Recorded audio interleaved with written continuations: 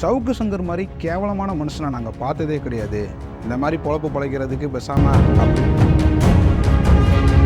நிவேதா பெத்ராஜ் வந்து இந்தியாவில் இருக்கும்போது உதயநிதியை பார்த்துட்டு ரொம்ப பொசசிவாக வாங்கலாம்.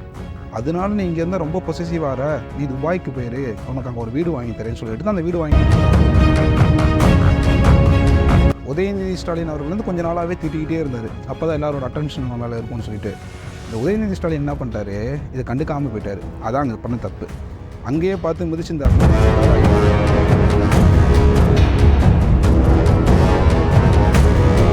அனைவருக்கும் வணக்கம். சவுக்கு சங்கர் மாதிரி கேவலமான மனுஷனை நாங்கள் பார்த்ததே கிடையாது. இந்த மாதிரி பொழப்பு பிழைக்கிறதுக்கு பேசாமல் அப்படின்ற அளவுக்கு காலையிலேருந்து ட்விட்டரில் நிறைய பேர் ஏகவசனங்கள் பலதை யூஸ் பண்ணிகிட்டு இருக்காங்க. கண்ட மணிக்கு திட்டிகிட்டு இருக்காங்க. எனக்கு ஒரு சந்தேகம், எதுக்கிட்ட அந்த மனுஷனை திடீர்னு எல்லோரும் இப்படி திட்டிகிட்டு இருக்காங்க அப்படின்றது எனக்கு ஒரு சந்தேகம். சரி, என்ன தான் விஷயம் அப்படின்ட்டு போய் பார்த்தா, இவர் வந்து ஒரு காணொலியில் ஒரு விஷயத்தை பேசியிருக்காரு. என்ன பேசியிருக்காருன்னா, திராவிட முன்னேற்ற கழகத்தினுடைய தலைவர் மு.க. ஸ்டாலின் இருக்கார்ல, அவருடைய பையன் உதயநிதி ஸ்டாலின், இவர் 50 கோடி ரூபாய் செலவில் ஒரு வீடு ஒன்று வாங்குறாரு. எங்கே? துபாயில். அந்த வீடை வாங்கி யாருக்கு கொடுத்துருக்காருன்னா, நடிகை நிவேதா பெத்ராஜ் அவர்களுக்கு கொடுத்துருக்காரு அப்படின்னு சொல்லிட்டு அவர் இந்த காணொலியில் பேசுகிறாரு. அதோடு நிப்பாட்டாமல், நிவேதா பெத்ராஜ் வந்து இந்தியாவில் இருக்கும்போது உதயநிதியை பார்த்துட்டு ரொம்ப பொசசிவாக வாங்கலாம்.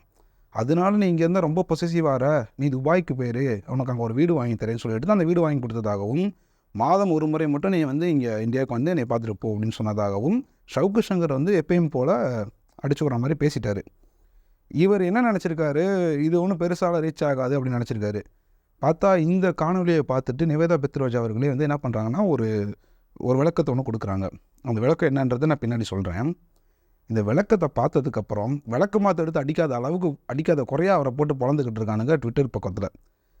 ட்விட்டர் பக்கம் தான் அடிக்கிறானுங்க அப்படின்னு பார்த்தீங்கன்னா, நியூஸ் சேனல்ஸு, வாட்ஸ்அப்பு, ஃபேஸ்புக்கு, எங்கிட்டு போனாலும் அவர் கட்டி விழுகுது.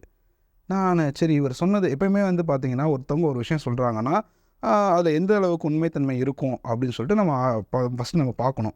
அந்த வகையில் சரி, இவர் சொன்ன பாயிண்ட்ஸ் எல்லாம் நம்ம பார்ப்போமே அப்படின்னு சொல்லிட்டு ஃபஸ்ட்டு வந்து பார்த்திங்கன்னா, இந்த வீடு வாங்கின மேட்டர் ஒன்று சொன்னாரா. இதை பற்றி நான் நிறைய இடத்துல தேடி பார்த்து எதுவுமே எனக்கு கிடைக்கிது. எப்படி கிடைக்கிதுன்னா, இவர் சொன்னதாக அங்கங்கே இருக்குது. அது தவிர வேறு எதுவுமே எக்ஸ்ட்ரா எதுவுமே கிடைக்கல.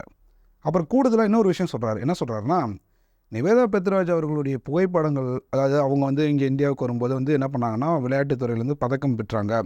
அதை வந்து சன் டிவியில் மட்டும் இந்த குணசேகரனா ஏதோ சம்திங் அவர் பேர் சொல்கிறாரு, அவர் வந்து போட்டு கட்டுறாரு.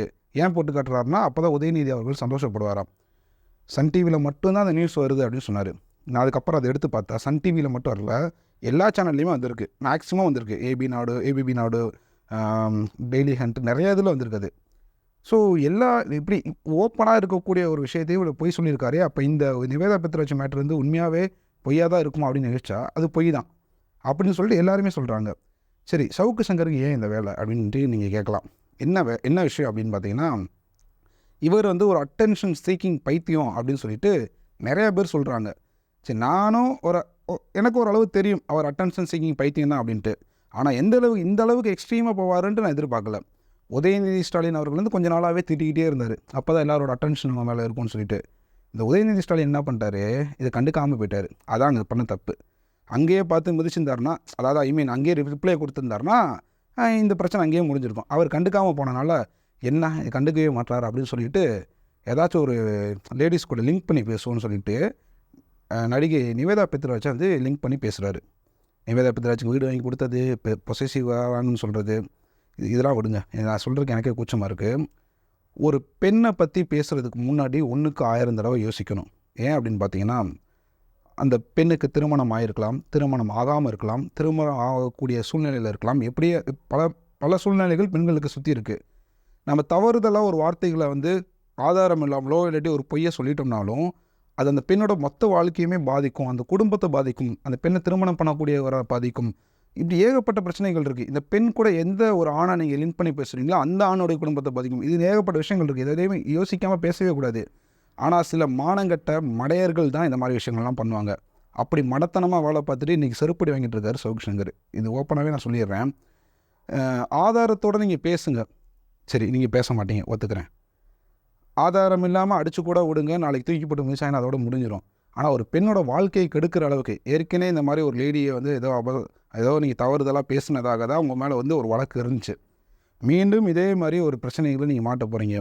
நான் ஒரு கமெண்ட் படித்தேன். அதில் என்ன சொல்லியிருக்காங்கன்னா, நீதிமன்றமே விரைவில் முன் வந்து இவரை வழக்கமாத்தால் அடிக்கும் அப்படின்னு சொல்லிட்டு ஒருத்தன் கமெண்ட் போட்டிருக்கான். அவன் எந்த அர்த்தத்தில் போட்டான்னு தெரியல. பட் இது விரைவில் நடக்குமோ அப்படின்ற ஒரு எண்ணம் இருக்க தான் செய்யுது.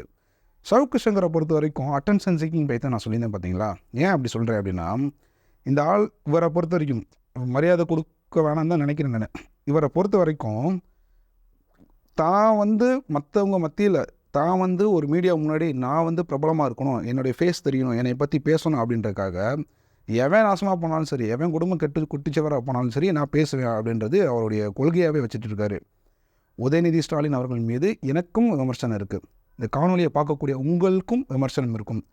இந்த போதைப் பொருள் சம்மந்தப்பட்டு ஒருத்தர் இப்போ சிக்கியிருக்காரு.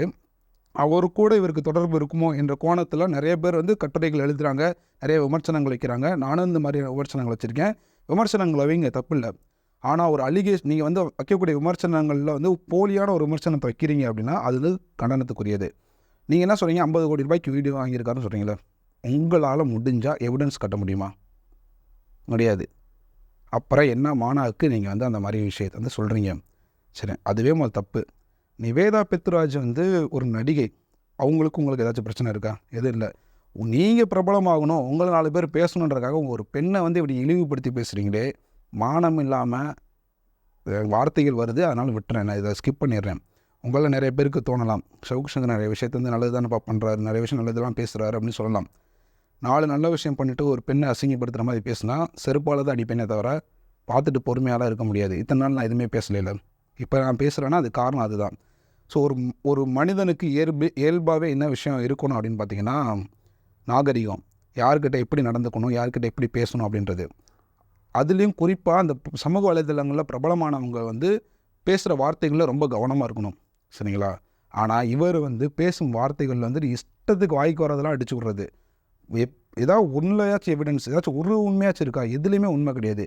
G2 இருந்து இது வரைக்கும் ஏதாச்சும் ஒரு விஷயத்தில் வந்து அவங்க எவிடன்ஸ் காமிச்சாரா? எதுவுமே காட்டல. கேஸ் போடுறீங்களா, போடு, ஒன்றும் பிரச்சனை கிடையாது. ஏன் எவிடன்ஸே இருக்காதுங்க. 2வது, சாட்டை துரைமுருகன் அப்படின்ற அவங்க மாதிரியான அந்த நாம் தமிழர் கட்சியை சேர்ந்தவங்களுக்குலாம் வந்து இடையில இருந்து கொஞ்சம் தொந்தரவு கொடுத்துருந்தாரு. ஏன்னா அந்த டைமில் வேறு கண்டென்ட் கிடையாது. இப்போ சாட்டை துரைமுருகனை போய் திட்டினோம்னா அவர் பதிலுக்கு 2 வீடியோ போடுவார். இவர் போடுற வீடியோவோட சாட்டை துரைமுருகன் போடுற வீடியோவுக்கு நிறைய வியூஸ் போகும். அப்போ அந்த வியூவர்ஸ்லாம் வந்து யார் அந்த சவுக்கு சங்கர் அப்படின்னு தேடுவாங்களே அப்படின்ற ஒரு பைத்தியகாரத்தனத்துக்கு தான் இந்த வேலையெல்லாம் பார்த்தது. அதுக்கு ஆதரவு தெரிவிக்கிறதுக்காக நாங்கள் ஏன் அப்படிலாம் பேசுகிறீங்க, சாட்டை துரைமுருகன் தப்பு, அவ்வளோ ஒன்றும் தப்பால ஒன்றும் சொல்லலையே, நீங்கள் மட்டும் ஒரு விஷயத்த சொன்னீங்கன்னா காசு வாங்கிட்டீங்களான்னு கேட்டால், இல்லை, அது எப்படி நீங்கள் சொல்லலாம், ஒருத்தவங்களுக்கு ஆதரவாக பேசினா காசு வாங்கிட்டோன்னு அர்த்தமா அப்படின்ட்டு பல பயங்கரமாக டைலாக் வரீங்களே. அந்த மாதிரி அந்த மனுஷன் பேசுனதுக்கு அவர் காசு வாங்கிட்டாரா இது வாங்கிட்டாரான்ட்டு கேனத்தனமாக பேசிகிட்டு இருந்தீங்க. அதுக்கப்புறம் நீங்கள் அதிமுகட்டு வந்து 50 கோடி வாங்கிட்டீங்களா அப்படின்னு சொல்லிட்டு ஒரு அலிகேஷன் இருந்துச்சுன்னா அதுக்கு வாயவே திறக்கலை, வாயை மூண்டு கப்பு சுப்பன் ஆகிட்டீங்க. இப்போ அடுத்த கண்டென்ட் என்ன? உதயநிதி வாயை திறக்கலை, நீங்கள் பேசுகிறதுக்கு எதுவுமே ரிப்ளை பண்ணல அப்படின்னே ஒரு பெண்ணை கேவலப்படுத்துகிற விதமாக நீங்கள் என்ன பண்ணுறீங்க, உதயநிதி கூட கம்பேர் பண்ணி பேசுகிறீங்க. இந்த வீடியோவை பார்க்குற நிறையா வியூவர்ஸுக்கு வந்து உங்களை செருப்பால் அடிக்கணுன்ற ஒரு ஆசை இருக்க தான் செய்யுது. நீங்கள் அந்த ஆசையோடு அது நின்றுச்சுன்னா பிரச்சனை இல்லை. நீங்கள் இன்னும் இதை தொடர்ந்து பண்ணிங்கன்னா உண்மையாகவே நேராக அவங்க ஆஃபீஸ் வந்து செருப்பாலே அடிச்சுட்டு போயிடுவானுங்க. அந்த அளவுக்கு நீங்கள் கேவலமாக சமீப காலமாக பண்ணிக்கிட்டு இருக்கீங்க. அதாவது அப்படியே ஒரு வாதத்துக்கு வச்சுக்கொள்ளுங்க, ஒரு பெண்ணும் ஒரு ஆணும் ஏதோ ஒரு வகையில் ஏதோ தொடர்பில் இருக்காங்கன்னு வச்சுக்கோங்களேன். நீங்கள் வந்து அவங்க சொந்தக்காரனாகவும் இருக்கலாம், இல்லாட்டி நீங்கள் வந்து ஒரு புரோக்கராக சம்திங், அதாவது மாமாவில் பார்க்குறீங்களா இருந்தீங்கன்னா உங்களுக்குள்ளே அதை வச்சுக்கிறணும். மாமாவில் பார்க்குறவங்க கூட அதை வெளியே வந்து சொல்ல மாட்டான், சரிங்களா? புரோக்கர்ஸ் கூட வந்து வெளியே சொல்ல மாட்டான். ஆனால் நீங்கள் என்ன பண்ணுறீங்க, ஒரு பெண்ணை வந்து அதான் ஆதாரமே கிடையாது, அப்படி ஒரு விஷயமே கிடையாது. நிவேதா பெத்ராஜ்ன்றவங்க ஒரு நடிகை, அவங்க தனியாக அவங்களோட லைஃப் வாழ்ந்துக்கிட்டு இருக்காங்க. உதயநிதின்றவர் ஒரு நடிகராக இருந்தார், இப்போ ஒரு அரசியல்வாதி ஆகிட்டார். அவர் லைஃப்பை அவர் பார்த்து போய்கிட்டு இருக்காரு. இவங்களோட விஷயத்தை சன் டிவியில் வந்து ஒரு நடிகை வந்து பதக்கம் பெற்றுட்டாங்கன்னு சொல்லிட்டு ஒரு நியூஸ் போட்டால் இதுக்கும் உதயநிதிக்கு சம்மந்தம் இருக்குது. உதயநிதி உங்களுக்கு வீடு வாங்கி கொடுத்துட்டாரு, அந்த வீடு வாங்கின காசு வந்து அந்த போதைப் பொருள்லேருந்து கிடச்ச காசு தான், அந்த வீடு வந்து இவங்களுக்கு கொடுத்தாங்க, அப்படி இப்படின்ட்டு ஏகப்பட்ட இது அடிச்சு விட்றீங்க. இந்த வீடியோ பார்க்க உங்களுக்கு ஒரு விஷயம் சொல்கிறேன். நீங்கள் டவுட் இருந்தால் நீங்கள் கூகுளில் போய்ட்டு விக்கிபீடியா, நிவேதா பெத்ராஜ் அவங்களுடைய விக்கிபீடியா பாருங்கள். நிவேதா பெத்ராஜ் வந்து 11 வயசுலேயே வந்து துபாயில் போய் குடியேறிட்டாங்க ஃபேமிலியோட. இன்னுமே அவங்க வந்து அங்கே இருக்கக்கூடிய ஒரு வீட்டில் வாடகை தான் கொடுத்துக்கிட்டு இருக்காங்க. இவ்வளோ பெரிய நடிகையாக இருந்தாலும் அங்கே அவங்களுடைய அந்த எக்ஸ்பென்சிவ் தெரியும் உங்களுக்கு. வாடகை கொடுத்து ஒரு நல்ல வீட்டில் தான் இருக்காங்க அவங்க. 11 வயசுலேயே யார் நிவேதா பெத்ராஜ் வந்து அங்கே போயிட்டாங்க. அப்போ வந்து 11 வயசில் உதயநிதி வந்து சின்ன பையன், அவன் வந்து ஒரு காலேஜ் படிச்சுட்டு இருக்கிற ஸ்டூடெண்ட்டு. இதெல்லாம் வந்து இது எவிடன்ஸ் இருக்குன்னு இதில் போய் பார்த்தீங்கன்னா விக்கிபீடியாவில் இருக்குது. இதை பேசிக்கான இதை பார்த்துருந்தா கூட இந்த அலிகேஷன் வச்சுருந்துருக்க மாட்டார். இருந்தாலும் எவிடன்ஸும் இல்லை, கேட்டால் சோறு குழம்புன்ட்டு எதையாச்சும் போட்டு உளறிக்கிட்டு பார்க்குற மக்களை குழப்பிக்கிட்டு இல்லாத ஒரு விஷயத்தை வந்து இருக்கிறதாகவும், இருக்கக்கூடிய விஷயத்த பேசுகிறதே கிடையாது, இல்லாத ஒரு விஷயத்தை தான் பேசுகிறது. எவிடன்ஸ் உங்கள்கிட்ட இருந்தால் பேசுங்க, இல்லையா இந்த மாதிரி எனக்கு ஒரு சந்தேகம் இருக்குது, இது நீங்கள் இதுக்கான விளக்கத்தை கொடுங்கன்னு கேளுங்க. எடுத்தங்கூத்துன்னு அப்படியே பட்டாமுழுவா இப்படி தான் அப்படின்ட்டு அடிச்சிங்கன்னா பார்க்குறவங்க வந்து உங்களை என்ன நினைப்பாங்க? இதுக்கு மேலே வந்து இந்த காணொலி தொடர்ந்து போயிட்டு இருந்துச்சுன்னா என் வாயில் வந்து சில நல்ல நல்ல வார்த்தைகள்லாம் வந்துடும் அப்படின்ற ஒரு பயத்தில் நான் அந்த காணொலியை முடிச்சுக்கிறேன். நன்றி.